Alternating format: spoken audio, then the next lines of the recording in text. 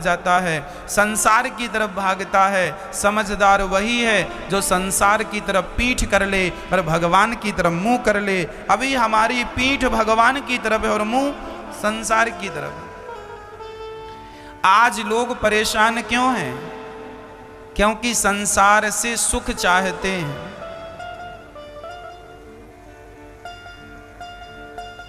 आप लोग सुख चाहते हैं संसार से, आप सुख चाहते हैं जगत से, जबकि सुख जगत में नहीं है, सुख तो जगन्नाथ में है। इसलिए जगत को छोड़कर जगन्नाथ की तरफ बढ़ोगे तो कल्याण होगा। इसलिए भगवान की तरफ बढ़ना अति अति आवश्यक है। संसार के सुखों से मोह त्याग दीजिए। और देखिए मेरी माँ, कितना भी आप संसार से प्रेम कर लें, हाँ बैठ जाइए, आ जाइए, बैठ जाइए, हाँ हाँ आ जाइए, आ जाइए, आप भी आ जाइए, बैठ जाइए, बैठिए। अच्छा ये बताओ, हम लोगों को दुख क्यों आता है? हम दुखी इसलिए हो जाते हैं क्योंकि हम दुख के लिए, दुख आए इसकी तैयारी नहीं करते। अभी कोरोना की तीसरी लहर आए, भगवान करे ना आए, पर उसकी तैयारी सरकार ने अभी से शुरू कर दी।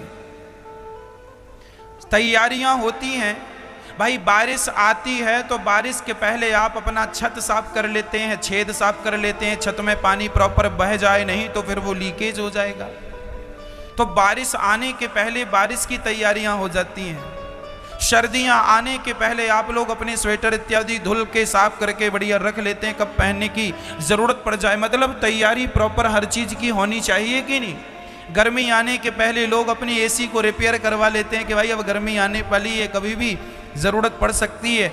हम तैयारी करके रखते हैं किसी भी चीज की। और आप लोगों के जीवन में दुख इसलिए है क्योंकि आपकी दुख से निपटने की कोई तैयारी नहीं। बारिश उन्हीं को परेशान करती है जो बारिश से निपटने की तैयारी नहीं करते। तैयारी करी नहीं, घर के भीतर पानी भर रहा है, अब परेशान है। पहले से क्यों नहीं तैयारी की? जहां लीकेज था वहां क्यों नहीं प्रॉपर व्यवस्था की? तैयारी कर लेते तो बरसात में रोना ना पड़ता। दुख उन्हीं को मिल रहा है जो दुख से निपटने की तैयारी ना कर पाए।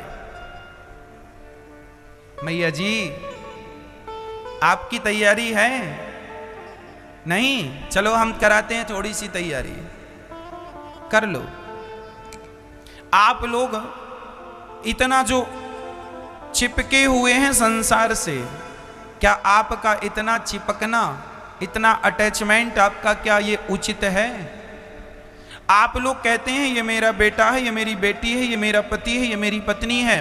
कान खोल के सुन लो, आज आप जिनको अपना कह रहे हैं वह एक दिन आपको छोड़कर जाएगा। इसलिए अभी से कहता हूं, उस व्यक्ति से ज्यादा अटैचमेंट ना रखना, ज्यादा प्रेम ना रखना। यदि व्यक्ति से प्रेम हुआ तो वह व्यक्ति आज है कल रहेगा, इसकी जिम्मेदारी, इसकी गारंटी कौन लेगा?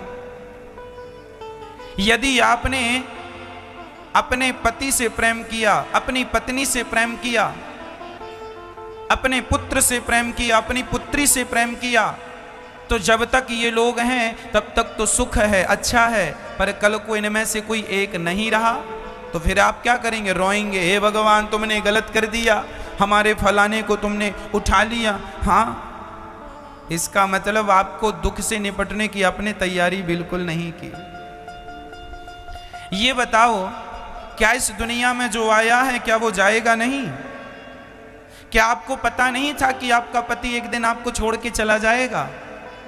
क्या आपको पता नहीं था कि आपकी पत्नी एक दिन आपको छोड़ के चली जाएगी? जब पता था तो फिर रोते क्यों हो? इस सच्चाई से मुंह कब तक फेरोगे? शुतुरमुर्ग नाम का एक पक्षी होता है, जब वो खतरा देखता है ना तो अपना मुंह जमीन में डाल देता है। जब उसके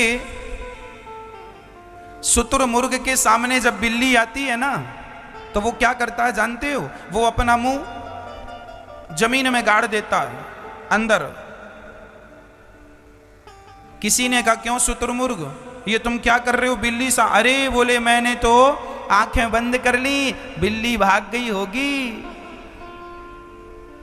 तुम्हारी आंखें बंद करने से बिल्ली नहीं भागी, बिल्ली तो जहां की तहां खड़ी है, तुमने आंखें बंद कर ली हैं। तुम आंखें भले बंद करे रहो, पर बिल्ली तो आ रही है तुम्हारी तरफ, अभी झपट्टा मारेगी, तुम्हें खा जाएगी। तुम्हारी आंख बंद करने से क्या होगा? वही हालत हम सबकी है शुतुरमुर्ग की तरह। हम सबको पता है कि हम सबके सिर पर मौत मंडरा रही है, कभी भी मौत आएगी, लेकिन फिर भी लोग रो रहे हैं, परेशान हैं, चिंता में। इसलिए संसार से प्रेम ना करना, प्रेम केवल गोविंद से करना, भगवान से करना। सुनीति अपने पुत्र ध्रुव को यही कह रही है, बेटा जिसे तुम अपना पिता कह रहे हो ये सच्चे पिता नहीं है, सच्चे पिता की ओर तो तुम्हें अब जाना है। ये पिता तुम्हें अपनी गोद में भले ना बैठने दें, पर उस पिता परम पिता को प्रसन्न कर लोगे तो वो ऐसी गोद प्रदान कर देंगे जिस गोद में आज तक कोई बैठ ना सका। इसलिए कहता हूं इन दुनिया के रिश्तों को अभी मन से त्याग कर और श्री भगवान से, श्री हरि से अपना संबंध, अपना रिश्ता जोड़ लो। समय रहते रिश्ता जोड़ लेना, नहीं तो बहुत पश्चाताप भी करना पड़ सकता है। और सच्चाई से मुंह फेरने से काम नहीं बनेगा। ये दुनिया में जितने आपके रिश्तेदार हैं एक एक करके सब निपट जाएंगे और आप देखते रह जाएंगे, सब निपट जाएंगे। इसलिए किस किस के मरने पर रोओगे आप? किस किस के मरने में रोओगे? मत रो किसी के मरने में। ये याद रखो कि तुम्हें भी मर जाना है। जब तक सांसें हैं रोकर ना गवाओ। रोना ही है तो भगवान की याद में रो, मीरा की तरह, प्रहलाद और ध्रुव की तरह। संसार की याद में क्या रोना, क्या मिलेगा इनकी याद को करने से? इसलिए बेटा जा तपसा राज्य पुरुषम तस्यैवा नुग्रहेण में गर्भे त्वं साधयात्मानं यदेच्छसे नृपासनम। ध्रुव जी महाराज घर से निकल पड़े। माँ ने प्रश्न, ध्रुव जी ने प्रश्न किया, माँ ये बताओ भगवान कहाँ है माँ? ध्रुव जी ने कहा माँ भगवान कहाँ है? अच्छा आप बताइए भगवान कहाँ है? कहाँ रहते हैं भगवान? बताइए मैया भगवान कहाँ है? इस प्रश्न का उत्तर आपके पास है। बताओ ईश्वर कहाँ है? आप जरूरत, मेरे को इच्छा है कि आप इसका उत्तर दें। मैया जी, ओ मेरी माँ, बताओ भगवान कहाँ रहते हैं? कहाँ है भगवान? कहाँ है भगवान? कहाँ? यहाँ मन में है, दिल में? तो चलो फिर एक्सरा करा लेते हैं। यदि यहां होंगे तो वो एक्सरे में आ जाएंगे, कहीं तो बैठे होंगे। भगवान कहाँ हैं? लोग कहते हैं हृदय में है, दिल में है। मेरी माँ, भगवान हृदय में नहीं है, दिल में नहीं है। फिर कहाँ? मंदिर में? मंदिर में भी नहीं है। तीर्थों में? तीर्थों में भी नहीं है। फिर कहाँ है?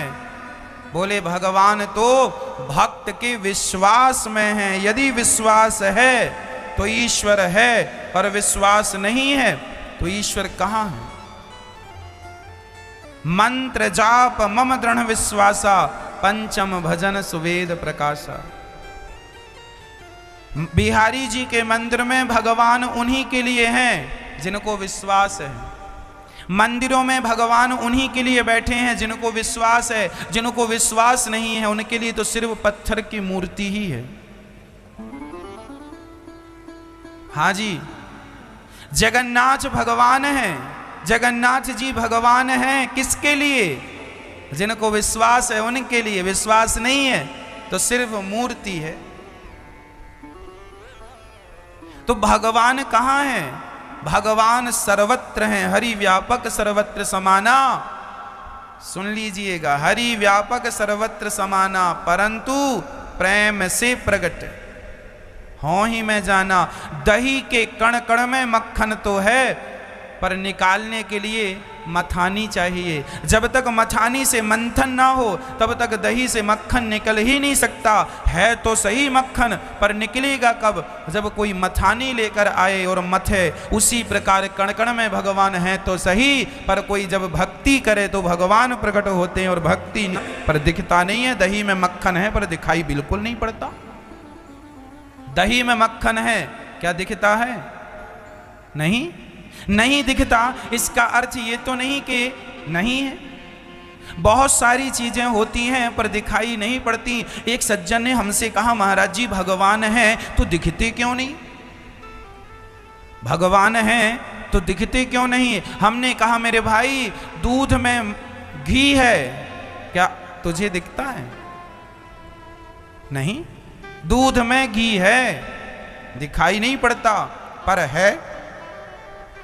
यदि दूध से घी तक पहुंचना है तो उसका जो प्रोसेस है वो पूरा करना पड़ेगा। दही बनाओ, मंथन करो, ये प्रोसेस है, पूरा करो तब जाके घी की प्राप्ति होगी। उसी प्रकार परमात्मा है पर उस तक पहुंचने, देखने में हरा है, पीला है, लाल है, कैसा दिखता है? दाढ़ी मूछे हैं कि बिना दाढ़ी मूछ का है? कैसा है ये कोरोना? कोरोना है पर दिखाई नहीं पड़ता। अच्छा, कोरोना है तो इसकी धर्मपत्नी भी तो होगी, पर ना ये दिखाई पड़ा ना इसकी पत्नी दिखाई पड़ी। क्वारंटाइन महारानी, कोरोना है पर दिखाई नहीं पड़ता। अच्छा, देखना होना तो डॉक्टरों के पास एक सूक्ष्मदर्शी यंत्र होती है, माइक्रोस्कोप उसे कहते हैं। उस मशीन के माध्यम से ये बैक्टीरिया देखे जा सकते हैं। देखिए, बैक्टीरिया को देखने के लिए ना हमारी इन आंखों से तो बैक्टीरिया भी नजर नहीं आता। बैक्टीरिया को देखने के लिए सूक्ष्मदर्शी यंत्र अर्थात माइक्रोस्कोप ऐसी जैसी मशीनें बड़ी बड़ी होती हैं, उनका सहारा लेना पड़ता। उन मशीनों के द्वारा ये बैक्टीरिया देखे जा सकते हैं। अब विचार करो कि इन आंखों में तो बैक्टीरिया को देखने की शक्ति नहीं है, तो भला इन आंखों से भगवान को कैसे देखा जा सकता है? यदि बैक्टीरिया को देखना हो तो मशीन का सहारा लेना पड़ता है, उसी प्रकार भगवान को देखना हो तो भक्ति का सहारा लेना पड़ता है। यही ईश्वर को देखने का एकमात्र रास्ता है। अब कोई कहे, महाराज जी भगवान तो दिखते नहीं, नहीं दिखते तो मैं नहीं मानता। देखो भाई, ना दिखने से ना मानने की बात सिद्ध नहीं होती। चलो एक और उदाहरण देके आपको समझाते हैं। ये बताओ कि एक पत्नी कथा सुन के अपने घर गई। पति ने कहा, आज कथा में क्या सुना? बोला, आज हमने सुना कि भगवान सब जगह है। अब पति बड़ा दुष्ट था, बोल दिया, अच्छा तेरा भगवान सब जगह है तो जरा हमें बता तेरा भगवान कहाँ है? हमें क्यों नहीं दिखता? बोल, तेरा भगवान है तो दिखा मुझे, दिखा। बड़ी सत्संग करती है, दिखा भगवान है तो दिखा मुझे। अब पत्नी बेचारी भोली भाली सरल सिंपल, वो चुप रह गई, पति से कोई उत्तर ना दिया। कुछ दिनों के बाद उसके पति के सिर में दर्द हुआ। अब सिर दर्द से फटा जा रहा है। पत्नी से बोला, भाग्यवान सुनती हो, जरा डॉक्टर साहब को फोन लगा देना, हमारा सिर दर्द से फटा जा रहा है। पत्नी ने कहा, क्यों जी मजाक क्यों करते हो? अरे मजाक नहीं कर रहा हूं, सिर में दर्द है। अच्छा, दर्द है तो मुझे क्यों नहीं दिख रहा है? पत्नी ने पूछा। उसके पति ने कहा, दर्द को दिखाया नहीं जा सकता, दर्द है, दिखता नहीं है। पत्नी ने हाथ जोड़कर कहा, स्वामी जी यही मैं आपको समझाना चाहती हूं कि जैसे दर्द होता है पर दर्द को दिखाया नहीं जा सकता, उसी प्रकार ईश्वर है, उसे दिखाया नहीं जा सकता। हाँ, दर्द का अनुभव तो किया जा सकता है। आपके पाँव में कांटा लग जाएगा तो उसका अनुभव तो आप कर सकते हैं, पर उस दर्द को किसी को दिखा नहीं सकते। उसी प्रकार जब आप भक्ति करने लग जाएंगे तो ईश्वर का अनुभव हो सकता है। आप ईश्वर का अनुभव कर तो सकते हैं पर ईश्वर को दिखा नहीं सकते। ये अनुभव का विषय है मैया, ये अनुभव है, दिखाया नहीं जा सकता। आपको इंग्लिश सीखनी है तो इंग्लिश की कोचिंग करनी पड़ेगी, हाँ या ना? हिंदी सीखनी है तो उसकी कोचिंग करनी पड़ेगी, हाँ या ना? उर्दू सीखनी है तो उसकी कोचिंग करनी पड़ेगी, हाँ या ना? पंजाबी सीखनी है तो कोचिंग करनी पड़ेगी, मराठी सीखनी है तो कोचिंग करनी पड़ेगी। बिना कोचिंग के आपको इन भाषाओं का ज्ञान नहीं हो सकता। उसी तरह यदि संस्कृत सीखनी है तो कोचिंग करनी पड़ेगी, इंग्लिश के लिए कोचिंग करनी पड़ेगी। तो जब इन भाषाओं को सीखने के लिए यदि कोचिंग करनी पड़ती है तो भक्ति भी तो एक भाषा है, इसे सीखने के लिए सत्संग ही वो कोचिंग है। ये सत्संग जो आप कर रहे हैं यही कोचिंग सेंटर है, और इस सत्संग के द्वारा उस परमात्मा का अनुभव होता है। हम इंग्लिश सीखने जाते हैं कोचिंग में तो धीरे धीरे हमसे इंग्लिश आने लग जाती है। पहले हमें पता नहीं था कि सामने क्या लिखा है, फिर हमने धीरे धीरे पढ़ाई शुरू की तो हम पहचानने लग गए कि ये क्या लिखा है। पहले भी देखा करते थे पर हमें पता नहीं होता था कि ये लिखा क्या है, पर जब समझ में आ गई बात तो लिखा हुआ समझ में आने लगा। उसी प्रकार जैसे इंग्लिश लिखी है पर समझ में तब आएगी जब इंग्लिश का ज्ञान होगा, उसी प्रकार परमात्मा कण कण में है पर दिखाई तब पड़ेगा जब भक्ति का ज्ञान होगा, जब उसका नॉलेज होगा तब ना देख पाओगे। संस्कृत में लिखा है वरह बीडम नटवर वपुः कर्णयो कर्णिकारम, लिखा तो है, अब समझो क्या लिखा। ये वरह बीडम नटवर वपुः जो लिखा है ये आपने देख लिया, धीरे धीरे पढ़ भी लिया पर समझ में आया कुछ? सर्वधर्मान परित्यज्य पढ़ लिया आपने, क्या समझ में आया? मैं बोल रहा हूं सर्वधर्मान परित्यज्य माम एकम शरणं व्रज अहम त्वा सर्व पापेभ्यो मोक्षयिष्यामि मा शुचा। बताओ क्या समझ में आया? क्यों समझ में नहीं आया? क्योंकि आपको संस्कृत का नॉलेज नहीं है। यदि संस्कृत का नॉलेज होता तो मैं केवल इतना बोल देता कि सर्वधर्मान परित्यज्य, तो आप समझ जाते ये इसका अर्थ क्या है ना? उसी तरह आपको संस्कृत समझने के लिए उसका ज्ञान होना चाहिए, उसी प्रकार भगवान को समझने के लिए भक्ति का ज्ञान होना चाहिए। भक्ति है ही, कहते हैं भगवान तो है ही नहीं। अरे भाई भगवान है, तुम्हें नॉलेज नहीं, उस शिक्षा का, उस विषय का ज्ञान नहीं है। ईश्वर है। अब हम कहें कि साहब सर्वधर्मान परित्यज्य सच्चिदानंद रूपाय, हम श्लोक गुनगुना रहे जन्माद्यस्य यतः, हमने बोल दिया। अब आप कहें महाराज जी इसका तो अर्थ है ही नहीं। आप कह रहे हैं इसका अर्थ नहीं, इसका अर्थ है, क्योंकि आपसे नहीं आ रहा है। क्यों नहीं आ रहा? क्योंकि आपको नॉलेज नहीं है। जन्माद्यस्य यतः इसका अर्थ है, पर इसका अर्थ आपको नहीं आता क्योंकि आपको इसका नॉलेज नहीं है। उसी प्रकार ईश्वर है पर तुम्हें समझ में नहीं आ रहा, दिख नहीं रहा, क्योंकि तुम्हें उसका नॉलेज नहीं। इसलिए नॉलेज बढ़ाओ, तुम्हें कण कण में नजर आएगा। हरि व्यापक सर्वत्र समाना, प्रेम से प्रकट हो ही मैं जाना। सीय राम मैं सब जग जानी, करहूँ प्रणाम जोर जुग पानी। सर्वम खलविदम ब्रह्मा सोहम तत्वमसी, ये सब यही सारे हैं कि भगवान सर्वव्यापक है, सर्वत्र है। दही में मंथन करने से ही मक्खन प्रकट होता है, उसी प्रकार भक्ति करने से ही भगवान प्रकट होते हैं। दूसरा कोई उपाय नहीं है, कहने से कोई काम नहीं बनेगा। अरे साहब भगवान तो दिखते नहीं तो हम नहीं मानते, नहीं मानते तो चूल्हे में जाओ, क्या होगा तुम्हारे ना मानने से? एक सज्जन कहता है मैं भगवान को नहीं मानता, तो मत मानो साहब। कौन कहता है मानो? मत मानो। ना मानने से होगा क्या? मैं सूर्य को नहीं मानता तो क्या ना मानने से सूर्य भगवान नहीं है? मैं कहूं कि मैं पूर्व पश्चिम दिशाओं को नहीं मानता तो क्या ना मानने से दिशाएं नहीं हैं? है सब, तुम भले ना मानो। ना मानने से होगा क्या? ना मानो ना, किसका नुकसान है ना मानने से?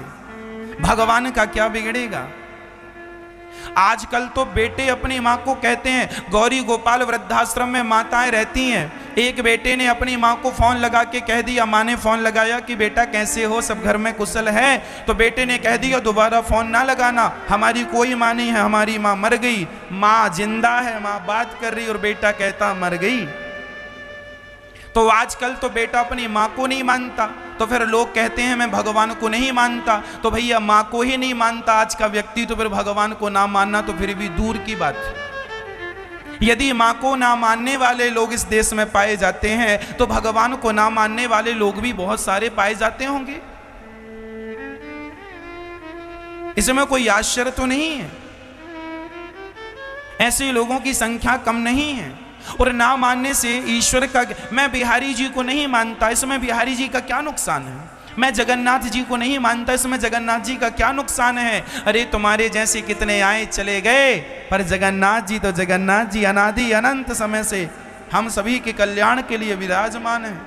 तुम्हारे ना मानने से क्या होगा? मत मानो। ना मानने वाला तो अपनी मां को भी नहीं मानता, अपने पिता को भी नहीं मानता। ना मानने वाला तो अपनी पत्नी को भी नहीं मानता कि ये मेरी पत्नी है। फिर ना मानने वालों की बातें ना कीजिए। भगवान ना मानने का तो सब, ईश्वर अतर्क है, वो तर्क से जाना समझा नहीं जा सकता। ये भाव का सब्जेक्ट है, ये प्रेम का सब्जेक्ट है। जब जब ध्रुव जी महाराज घर से निकले तो रास्ते में सदगुरुदेव भगवान अर्थात देवर्षि नारद जी मिल गए। नारद जी के चरणों में साष्टांग दंडवत प्रहलाद ध्रुव जी ने किया और हाथ जोड़कर प्रार्थना किया कि हे गुरुदेव भगवान, हमें भगवान से मिला दीजिए। शिष्य का जब प्रश्न ऐसा होगा कि हे गुरुदेव भगवान, हमें भगवान से मिला दीजिए, तब भगवान से गुरुजी मिलाएंगे। और भगवान से मिल जाना, मिला देना, यही इस धरती में आने की सफलता और सार्थकता।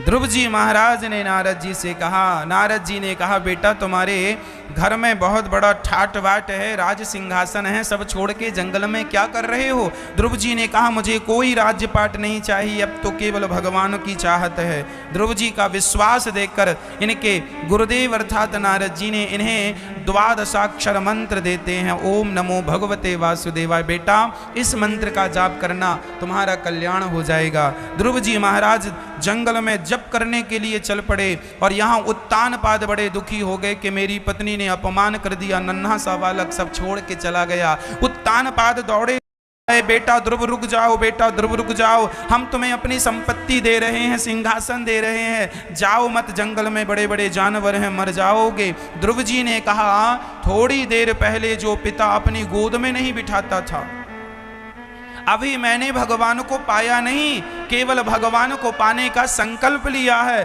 कि अब इस जंगल से लौटकर तब जाऊंगा जब भगवान का दर्शन कर लूंगा। अरे भगवान को पाने के संकल्प का चमत्कार यह है कि जो पिता अपनी गोद में जगह नहीं दे रहा था, अब वो अपनी संपत्ति देने लग गया। ये भजन के संकल्प का प्रभाव है, और भजन कर लूंगा तो पता नहीं क्या मिल जाएगा। तो भजन के केवल शुश्रूषुभिस्तक्षणात्, भागवत जी के प्रथम स्कंद के प्रथम अध्याय का दूसरा श्लोक, शुश्रूषुभिस्तक्षणात्, जिस समय भक्त के हृदय में भगवान को प्राप्त करने की उत्कंठा जाग जाती है, भाव जाग जाता है, उसी क्षण भगवान उसके हृदय में प्रवेश कर जाते हैं और उसकी तमाम विषय वासनाओं को, बुराइयों को जड़ से समाप्त कर देते हैं। ये भगवान का भाव, भगवान का भक्तों के प्रति अनुराग है। ध्रुव जी गए और ओम नमो, यही यमुना माँ के किनारे मधुवन में, आज भी ध्रुव जी का मधुवन व्रज 84 कोस में मधुवन का भी स्थान आता है।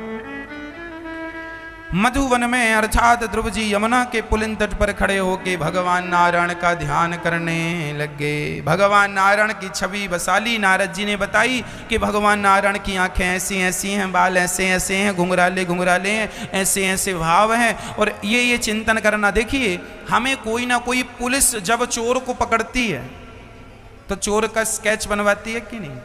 कैसा दिखता, उसकी आंखें कैसी है, गाल कैसे है, नाक कैसी है। इससे क्या होता है, पुलिस को उसका स्वरूप मिल जाता है तो चोर को पकड़ने में आसानी होती है। हाँ या ना मैया जी? हाँ कि ना? आपने किसी व्यक्ति को देखा, चलो आपने हमें देखा, अब हमें आपने देखकर आंखें अपनी बंद कर ली। अब आपसे कोई कहे कि बताओ कैसे दिखते हैं, तो आप बता देंगे ना, पूरा स्केच बनवा देंगे ना।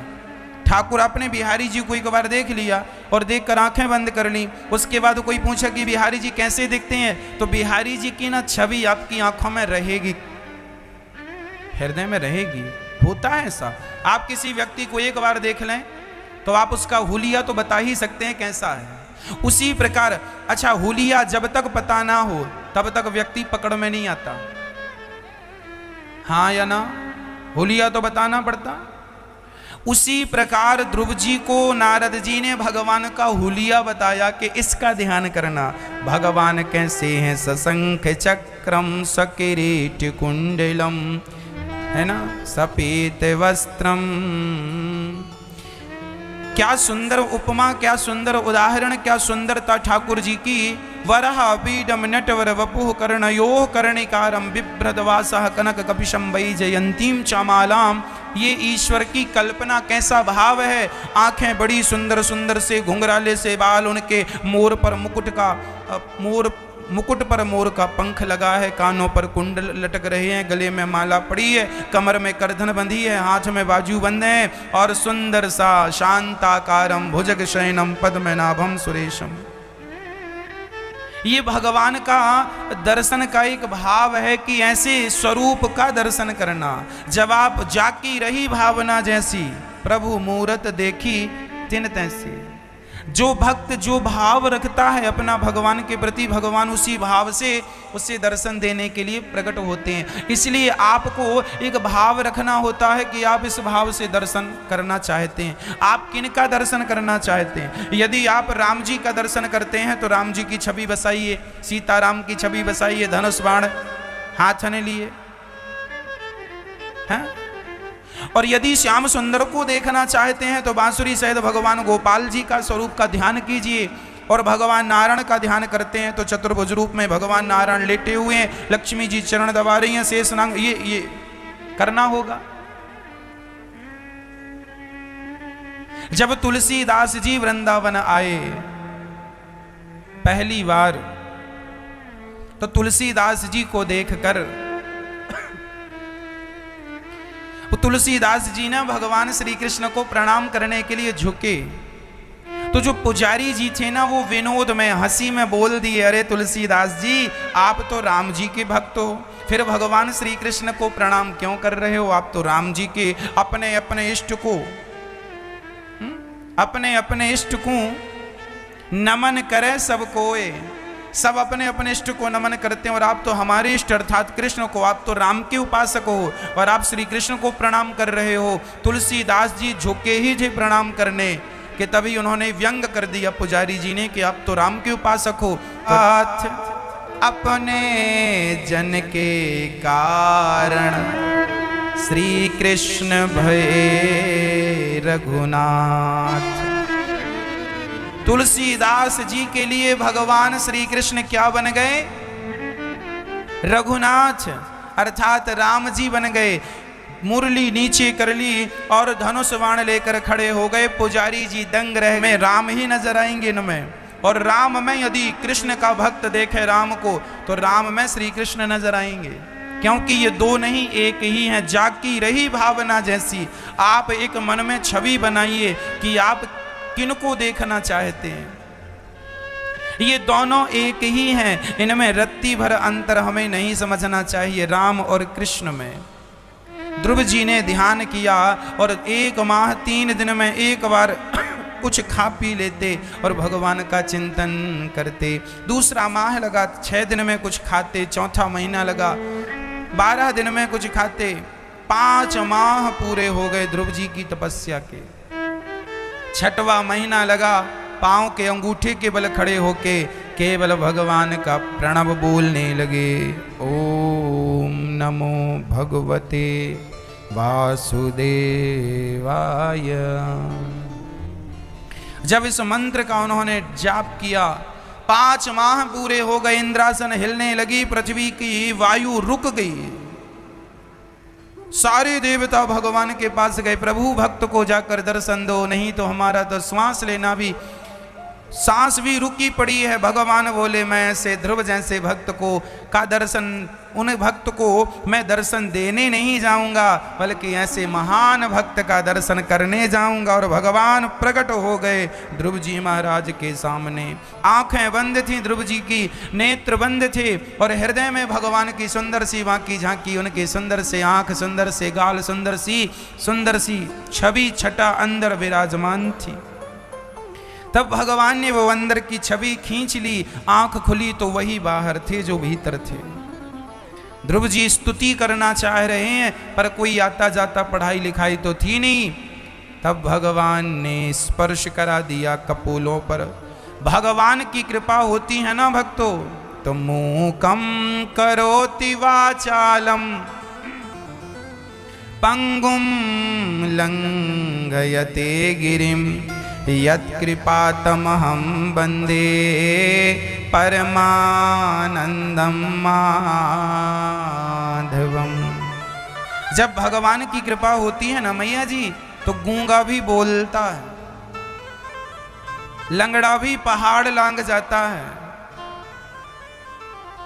किसकी कृपा से? भगवान की। भगवान चाहें तो गूंगा भी पंचम सुर में बोलता है।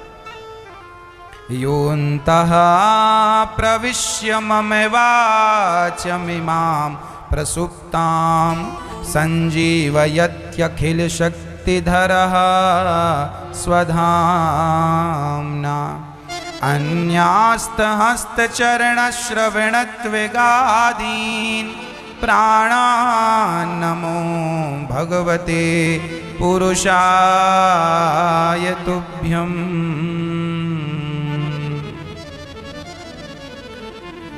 ध्रुव जी ने कहा, नाथ मेरे हृदय में बस जाओ और सदा के लिए विराजमान हो जाओ। आपको पाकर भला अब क्या चाहत है? ध्रुव जी से भगवान ने कहा, आपने राज्य की कामना से तपस्या किया, जाओ हम तुम्हें 36,000 वर्षों का राज्य देते हैं।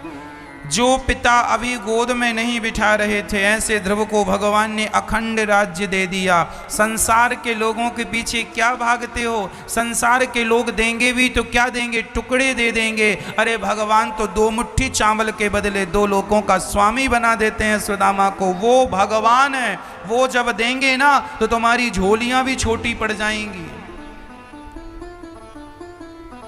इतना देते हैं भगवान कि लेने वाले की झोलियां।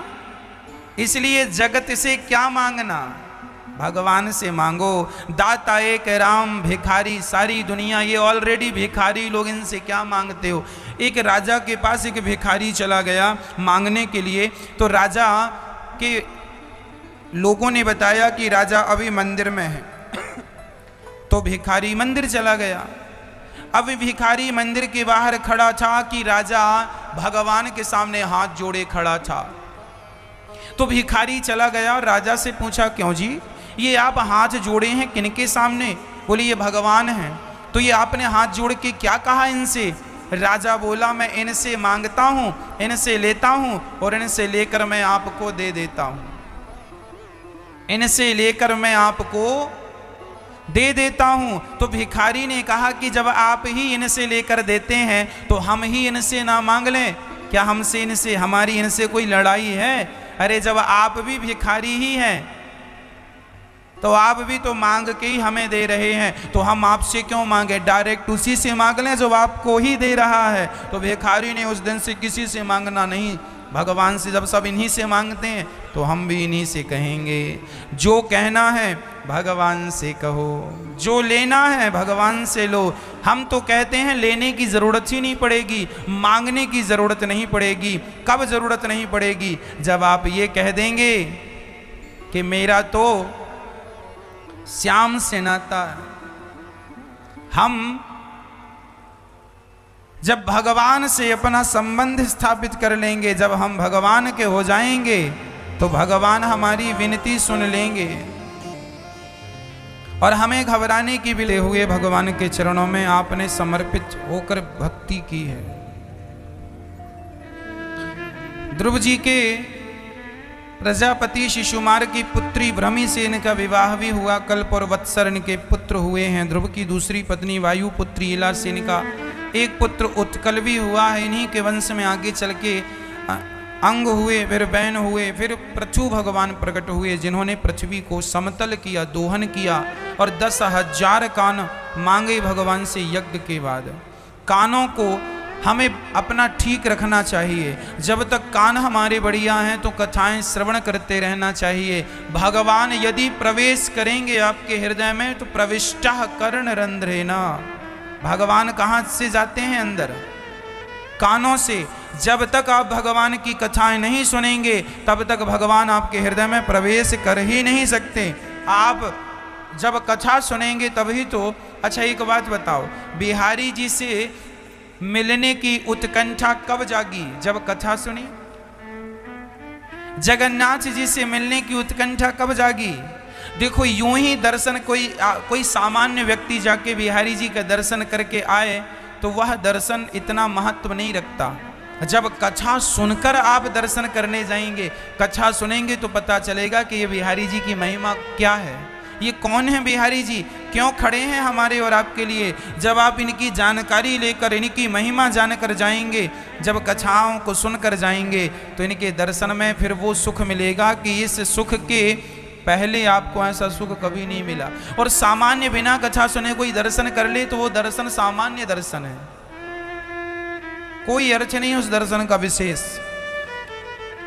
हाँ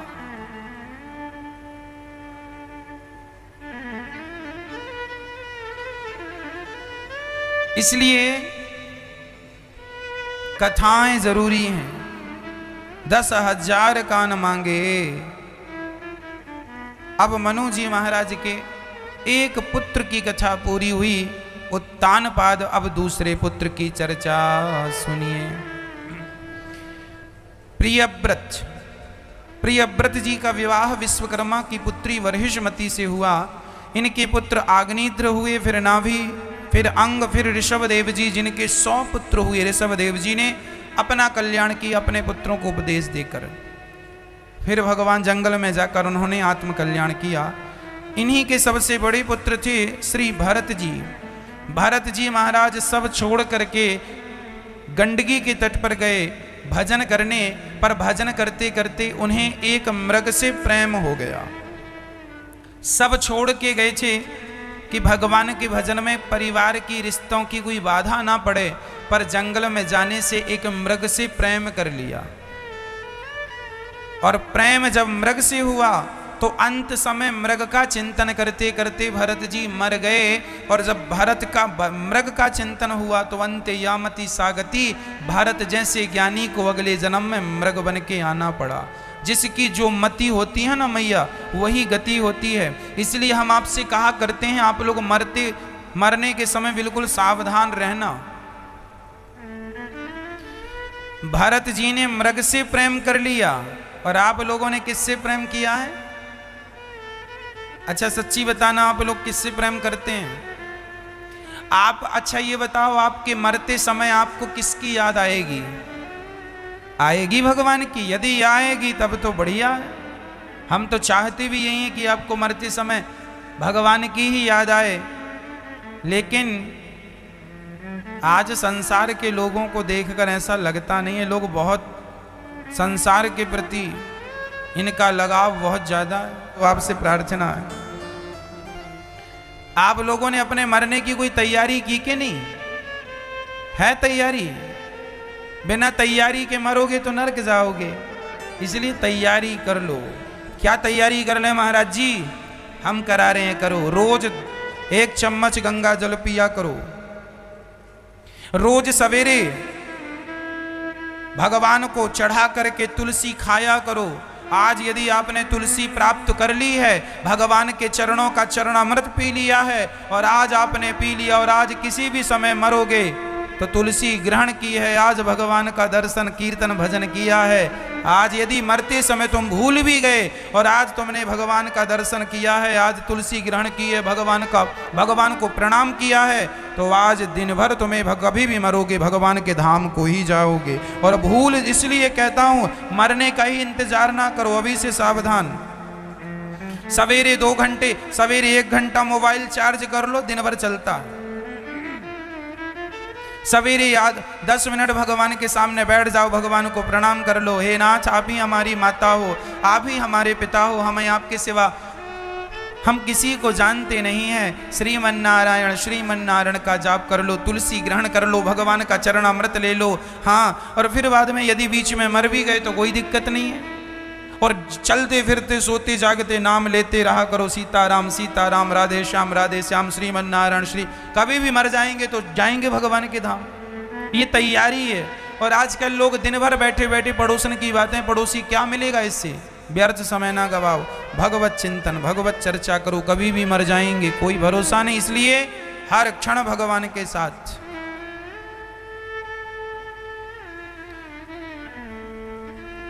ये तैयारी है मरने की। आप लोग भी अपने मरने से पहले अपने हाथ से दान पुण्य कर लेना, अपने हाथ से खिला पिला देना गरीबों को, दीन दुखियों को, जरूरतमंदों को। मरने के बाद आपके बच्चे करें ना करें कोई भरोसा थोड़ी, आजकल के बच्चे करेंगे इसकी क्या गारंटी है। मैया हो गई पंचायत, अच्छा अच्छा ये कर रही थी, हाँ आप भी तो कान लगाई थी, हाँ हाँ बताओ क्या कह रही हो।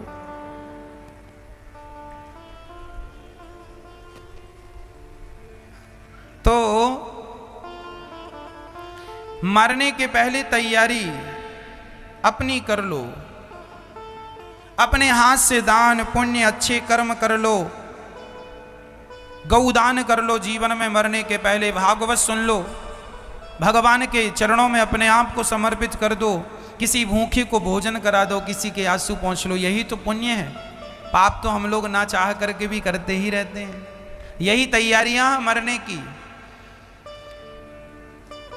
आपके मरने के बाद आपका बेटा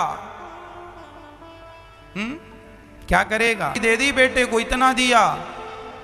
बहुत कम बच्चे होते हैं जो अपने माता पिता का श्राद्ध कर्म अच्छे से करते हैं। बहुत कम बच्चे होते हैं जो अपने माता पिता की 13 बरसी बड़ी श्रद्धा से करते हैं। नहीं तो आजकल के बच्चे तो बिल्कुल श्रद्धा नहीं रखते। बाप मर गया, माँ मर गई। अब सोच लो कि गौरी गोपाल वृद्धाश्रम ऐसी माताएं हैं जिनके बच्चे ये कहते हैं कि हमारी माँ मर गई। जब ये जीते जी इनके लिए मर गई तो ये मरने के बाद क्या इनके नाम की तेरी करेंगे? क्या इनके नाम की बरसी कर लेंगे? क्या ये 13 ब्राह्मणों को भी खिला पाएंगे? इसलिए कहता हूं अपने हाथ से अपने जीते जी सब करके चलो। किसी के भरोसे ना बैठना कि बेटे के कारण फिर तुम्हारी सदगति हो। अपने काम पुण्य पूरे कर चित्ते चलो। बेटा जो करे सो अच्छा है, वो प्लस ही है, पर आप अपने हाथ से सब करते चलो। एक सेठ जी बहुत पैसे वाले थे। वो पैसे को लेकर चिंता करने लगे। सबसे कहते हैं ये बताओ जब मैं मरूंगा तो ये पैसा मेरे साथ जाएगा कि नहीं? सबने मना कर दिया, कुछ नहीं जाएगा, कुछ नहीं जाएगा। अब वो बड़े रोने लगे, भाई इतना जोड़ा कुछ जाएगा नहीं तो मेरे तो बड़ा नुकसान हो जाएगा, मैं कुछ नहीं ले जा पाऊंगा। अब वो सबसे यही पूछते कि कोई ऐसा उपाय है कि मैं मरने के बाद अपनी सारी दौलत लेके जाऊं?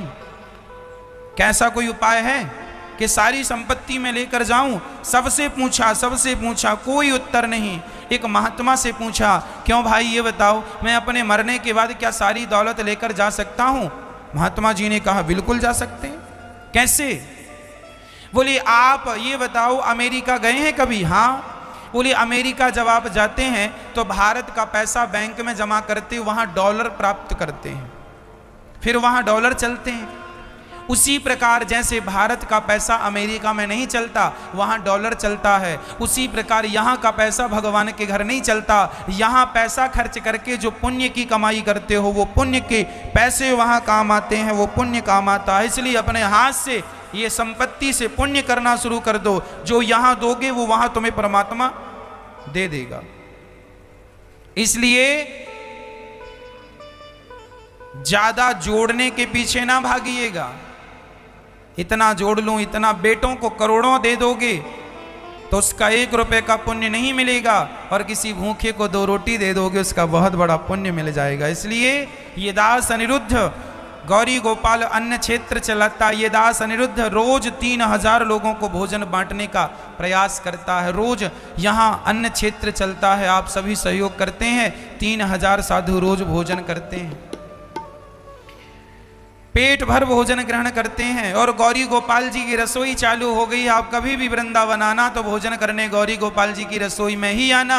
यहाँ कोई भूखा ना जाए। 10,000 लोग रोज भोजन करने लगे हैं गौरी गोपाल जी की रसोई में, लगभग ही होते हैं। और भोजन किसको कराया जा रहा है? भक्तों को। भगवान कहते हैं मेरी सेवा से ज्यादा मैं भक्तों की सेवा से प्रसन्न होता हूं। इसलिए भक्तों की सेवा चल रही है यहाँ, आप जैसे भक्तों की। इसलिए आपको ईश्वर ने सामर्थ्यवान बनाया है तो इस अन्न क्षेत्र की सेवा से, लंगर सेवा से जरूर अपने आप को जोड़िएगा और आप भी भोजन की व्यवस्थाएं करा सकते हैं अपने योगदान से। अपने हाथ से यही पुण्य है जो हम करते रहते हैं, कर लेना चाहिए।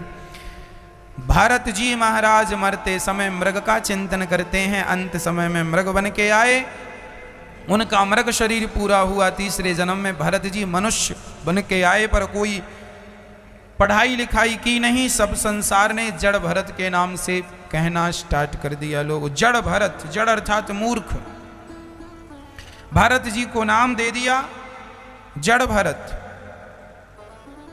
अब भरत जी बड़े प्रेम से अपने जीवन का निर्वहन करने लगे। भाई भौजाइयों ने घर से निकाल दिया, खाने की कोई व्यवस्था नहीं थी, पर भरत जी को एक चिंता नहीं थी कि मेरे पास खाने को नहीं है। जो भगवान के आश्रित हैं ना, उन्हें कभी चिंता करने की जरूरत नहीं होती, भगवान ही हम सबके पालनहार हैं। अच्छा ये बताओ, हम सबका पेट कौन भरता है?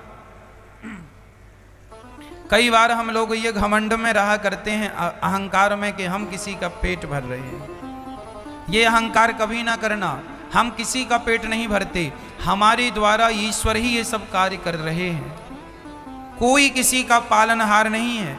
आप किसका पालन कर रहे हैं? कई बार पिता कहता है मैं अपने बच्चों का पालन करता हूं, मैं अपनी पत्नी का पेट भरता हूं, मैं अपने बच्चों का पेट भरता हूं। ना साहब, तुम ना पत्नी का पेट भरते हो, ना बच्चों का पेट भरते हो। तुम्हें विश्वास ना हो तो कल तुम चले जाना 2-4 महीने के लिए और देख लेना, ना तुम्हारी पत्नी भूखी मरेगी, ना तुम्हारे बच्चे भूखे मरेंगे। तुम्हारे रहने ना रहने से किसी को कोई फर्क नहीं पड़ता। ये तो अहंकार लेके आदमी घूमता है, मैं, मेरे बाद क्या होगा, मेरे बाद, तुम्हारे बाद सब बढ़िया होगा, तुम मर के देख लो, विश्वास ना हो तो सब बढ़िया होगा।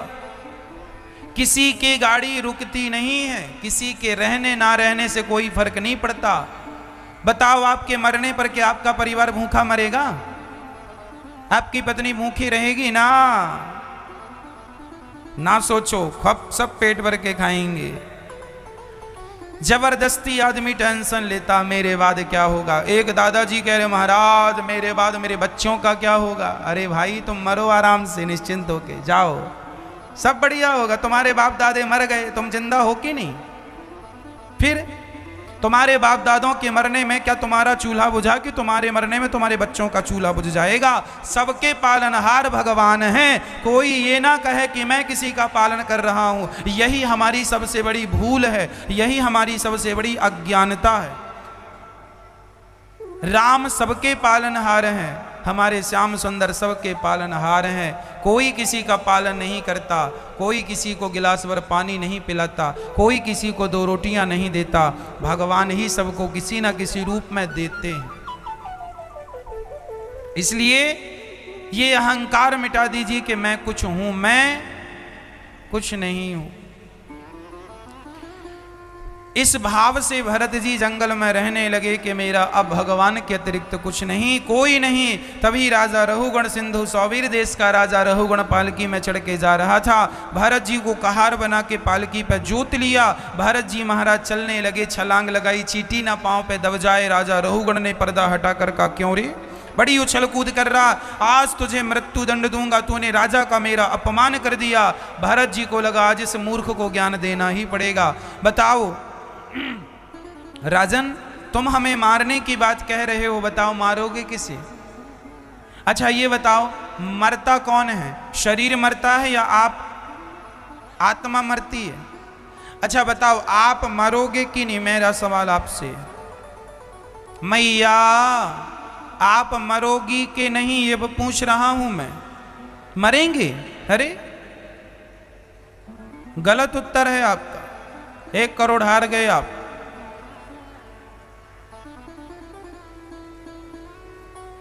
अब आपके सामने 4 करोड़ का प्रश्न, सही उत्तर दोगे तो 4 करोड़ जीत जाओगे।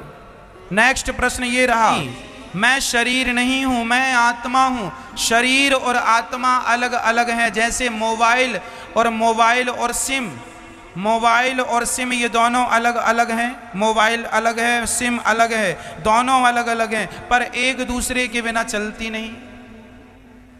मोबाइल नहीं चलेगा, सिम के बिना सिम नहीं चलेगी, मोबाइल के बिना। उसी प्रकार शरीर मोबाइल सेट की तरह है, आत्मा से।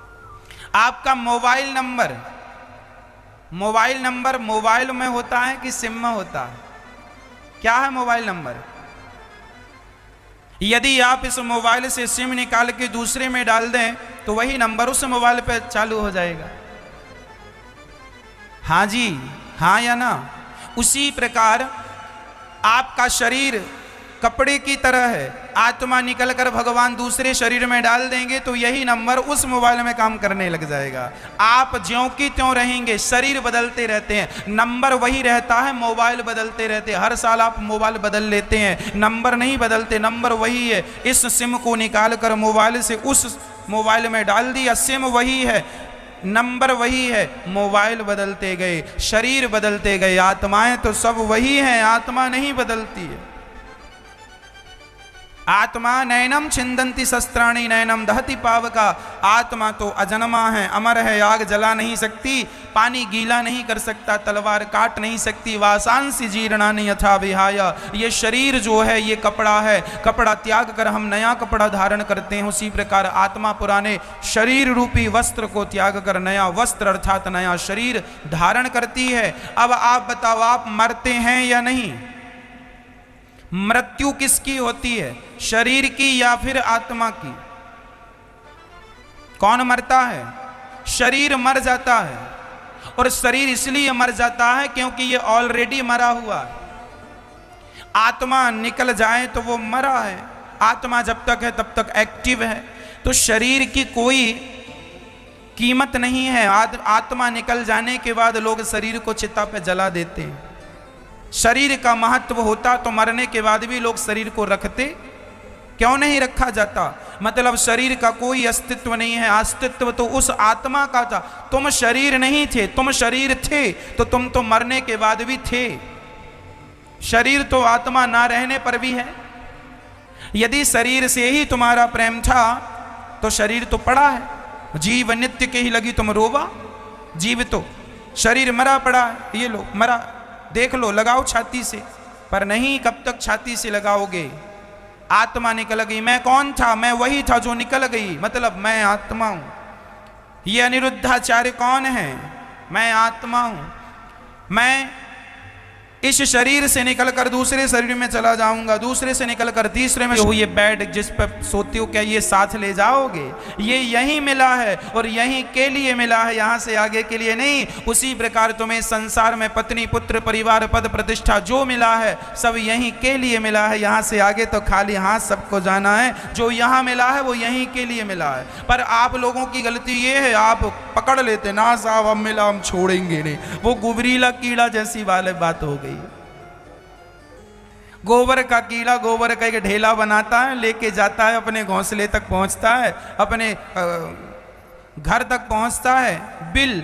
और जब वो जाता है तो गोबर का ढेला इतना बड़ा हो जाता है, उसके द्वार से वो घुसता ही नहीं है। छेद उसके घर का छोटा है, बिल का छेद छोटा है और गोबर बड़ा है। अब वो जितनी मेहनत करके गोबर यहां तक लाया, बेचारा सब द्वार पे ही छूट गया, अंत में अंदर खाली चला गया।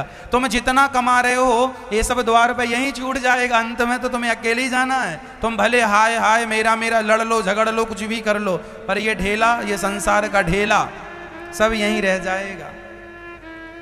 जाना कुछ नहीं है, पर आदमी मरता है एक एक इंच जमीन जायदाद के लिए। मैं कौन हूं ये भी ज्ञान नहीं है, लोग लड़ झगड़ रहे हैं। अब भरत जी महाराज सावधानी से कह रहे हैं, सुन राजन, तुम मारोगे किसे, शरीर को या आत्मा को? मैं आत्मा हूं, आत्मा को मार नहीं सकते। शरीर तो ऑलरेडी मरा है, पंच तत्व का बना हुआ, क्षित जल पावक गगन समीरा, पंच रचित अति अधम शरीरा। फिर मरेगा कौन? राजा रहुगण की आंखें खुली के खुली रह गई, कोई उत्तर नहीं था। सच्चाई तो यह है मैया जी कि आप और हम लोग ना जिंदगी जी लेते हैं और मर जाते हैं, पर सारी जिंदगी में हमें यही नहीं पता चल पाता कि हम कौन हैं, कहां से आए हैं, हमारा उद्देश्य क्या है, हमारा लक्ष्य क्या है। हमारा लक्ष्य है भगवान को पाना, पर हम वो भूल करके संसार के पीछे उलझ गए। एक पिता ने अपने बेटे को 100 रुपए देकर बाजार भेजा, जाओ जरा ताजे ताजे फल आ गए हैं मार्केट में, जरा जाओ पके पके फल लेकर आओ ताजे ताजे। बेटा गया और वहाँ बाजार पहुँचा तो वहाँ एक बंदर को मंदारी नचा रहा था। इतना बढ़िया वो बंदर नाच रहा था, मंदारी नचा रहा था। नाच बंदर नाच, नाच बंदर नाच। ससुराल जाएगा तो कहाँ सोएगा, वो यहाँ सोता है, यहाँ जाएगा तो कैसे जाएगा, गाड़ी से जाता है। वो व्यक्ति जो पिता ने भेजा जाओ फल लेकर आओ, वो मंदारी के खेल में मस्त हो गया। और जब खेल पूरा हुआ तो बंदर ने कटोरा उठाया, मांगा, तो इस आदमी ने, वो इतना इंप्रेस हुआ उस खेल से, इतना प्रभावित हुआ कि उसने 100 रुपए वो मंदारी और बंदर को दे दिया। और जब वो मंदारी और बंदर चले गए तो उसे याद आया कि मैं आया क्यों हूं। अच्छा पिता ने बाजार भेजा फल लेने के लिए। जब तक याद आई तब तक वो दुकानों को गया, तब तक दुकानें बंद हो गई क्योंकि समय काफी हो गया था। दुकानें बंद हो गई, खाली हाथ लौट के घर गया। पिता ने कहा, बोल, भेजा था फल लेने के लिए, लाया? ना पिताजी, फल तो मिले नहीं। क्यों? बोले दुकानें बंद हो गई। अरे तू तो समय से गया था, दुकानें क्यों बंद हो गई? चल, दुकानें बंद हो गई, फल नहीं मिला, कोई बात नहीं, पैसे वापस कर। बोले पैसे भी खर्च हो गए, पैसे भी खर्च हो गए, जिस काम को गया वो काम भी नहीं हुआ। ये मंदारी का खेल जो है वो हमारे जीवन की घटना है। मैं सुनाता हूँ, समझाता हूँ, सुनिएगा। मैया जी, एक बाप ने, एक पिता ने अपने बेटे को बाजार भेजा है 100 रुपए देकर। वो पिता कोई और नहीं, वो परम पिता परमात्मा भगवान श्री कृष्ण ही हम सबके पिता हैं। और उन्होंने हमें बाजार अर्थात संसार एक बाजार है, इस बाजार में 100 रुपए देकर भेजा है। 100 रुपए मतलब 100 साल की उम्र। हमारी आयु कितनी है? मनुष्य की आयु लगभग 100 वर्ष की है। ईश्वर ने हमें 100 रुपए देकर भेजा है, जाओ बाजार से अच्छे अच्छे कर्मों के फल खरीद के लाओ। संसारिक बाजार है, अच्छे अच्छे कर्मों के क्या लेना है? अच्छे कर्म तो अच्छे फल। लेकिन हम यहाँ मंदारी के खेल में उलझ गए। आए थे अच्छे अच्छे फल लेने पर मंदारी का खेल। ये मंदारी का खेल क्या है? मंदारी कौन है? तुम ही मंदारी हो। कभी तुम्हारी पत्नी बंदर की तरह नाचती है, कभी तुम बंदर की तरह नाचते हो। सुना तो पड़ेगा। सारी जिंदगी आपकी चली गई नाचते नाचते। ये संसार का जो तुम काम करते हो यही नाचना है।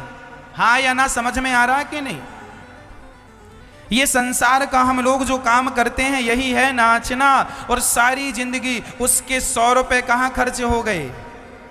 मंदारी के खेल में। अर्थात आपकी 100 साल की जिंदगी कहाँ समाप्त हो गई?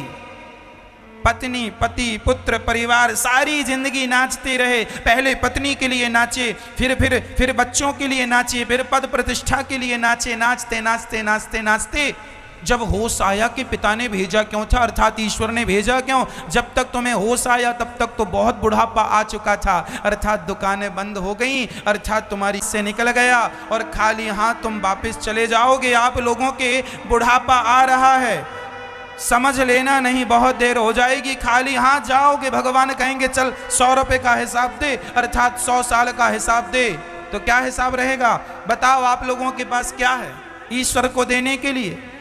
मनुष्य बनाया भगवान ने, तुमने क्या किया? बच्चे पैदा करते रहे। अरे बच्चे तो कुत्ता बिल्ली भी पैदा कर लेते हैं। भगवान ने तुम्हें मनुष्य बनाया, तुम सोते रहे। अरे सोना तो पशु पक्षी भी जानते हैं। खाते रहे स्वादिष्ट स्वादिष्ट खाने में जिंदगी गुजार दी। अरे खाना पीना तो सूअर भी जानते हैं। खाना, सोना और बच्चे पैदा करना, ये 3 काम सृष्टि में सब लोग करते हैं। मछली, चिड़िया, हाथी, कुत्ता, बिल्ली, कौन नहीं करता? खाता कौन नहीं है? कुत्ता खाता, तुम खाते हो। बिल्ली बच्चे पैदा करती है, तुम करते हो। चिड़िया भी सोती है, तुम सोते हो। फिर तुमने किया क्या? इतना ही किया, नाचते नाचते जिंदगी। चलो हिसाब दो 100 साल का, तुम्हारा जितना जीवन तुमने जिया उसका हिसाब लाओ। कोई हिसाब किताब नहीं है, केवल बच्चे पैदा किए हैं, सोए खाए। अरे इससे काम नहीं बनेगा। ये बताओ तुमने जीवन में पुण्य कितना किया, सत्कर्म कितना किया, सत्य कितना बोला, कितना लोगों का भला किया, कितनी सेवा की, क्या किया तुमने जीवन में? केवल भ्रष्टाचार पापाचार कर करके पैसा कमाते रहे, तिजोरियां भरते रहे। तिजोरियां जिस दिन भर जाएंगी उस दिन मर जाओगे, और तिजोरियां जो भरी है पाप से उसका फल भोगने नरक जाओगे।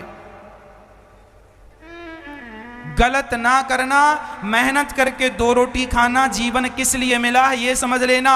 अरे कौन बचा है बताओ जिसके पास अरबों की संपत्ति थी, क्या वो रह गए दुनिया में?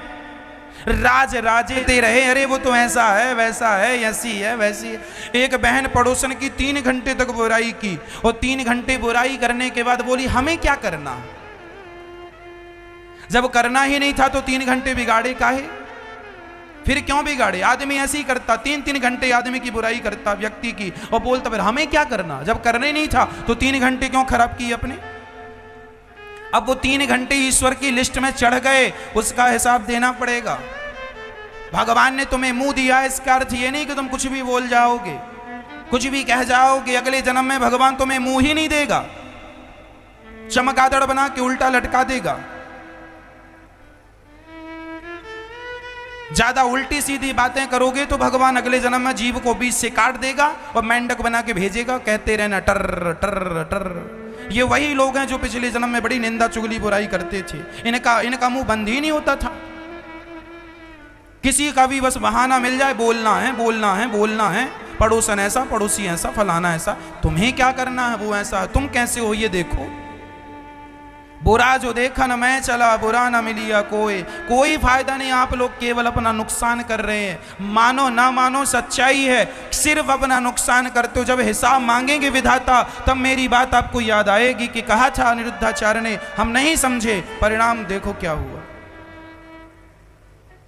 बुरा जो देखा न मैं चला, बुरा न मिलिया कोई। सबसे बुराई यदि ज्यादा किसी में बुराई दिखती है तो उसकी बुराई ना देखकर अपनी बुराइयां देखो, अपनी समीक्षा करो। हम कितने बुरे हैं, अरे हम में ही लाखों बुराई हैं, हम बहुत अच्छे थोड़ी हैं। हम अपनी बुराइयां ठीक कर लें, हम अच्छे हो जाएंगे। हम क्या दूसरों की कमियां निकालें साहब, हम में लाख कमियां हैं। हम दूसरों की कमियां क्या निकालें, हम क्या आपके अवगुण देखें, हम में ही अवगुण है। पहले अपने तो ठीक कर लें, इसके बाद फिर हम आप लोगों को देखेंगे। इस जन्म में तो हम अपने अवगुण देख भी नहीं पा रहे। अच्छा बताओ, आप लोगों के अंदर अवगुण है या नहीं, दोष है या नहीं, आपकी गलतियां हैं या नहीं? बोलो मैया हाँ या ना। अक्सर हम लोग दूसरों की गलतियां देखते हैं, तुम्हारी गलती है, अरे स्वयं की भी तो देखो क्या गलती है। हम कहां गलत हैं? हम अपनी गलतियां सुधारें, हम अपने आप को सुधारें। जमाने को बदल पाना हमारा बस नहीं है। याद रखना, ये गर्मी का मौसम, बरसात चल रही है, बरसात का मौसम चल रहा, क्या मैं मौसम को बदल सकता हूं?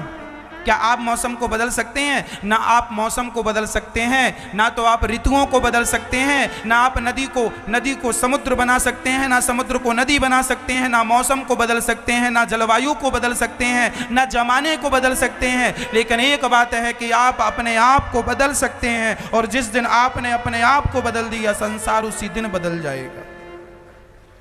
पर विडंबना यह है कि आदमी अपने आप को बदलने की कोशिश नहीं करता, वो दूसरों को बदलने के पीछे लग जाता। तुम बदल जाओ, तुम बदल जाओ, तुम बदल जाओ, तुम बदल जाओ। अरे स्वयं कब बदलोगे? एक बहू अपने पिता के पास रोती रोती चली गई, पापा पापा पापा सुनो। क्या है? बोले मैं अपनी सास को मारना चाहती हूँ, जरा जहर की गोली दे दो।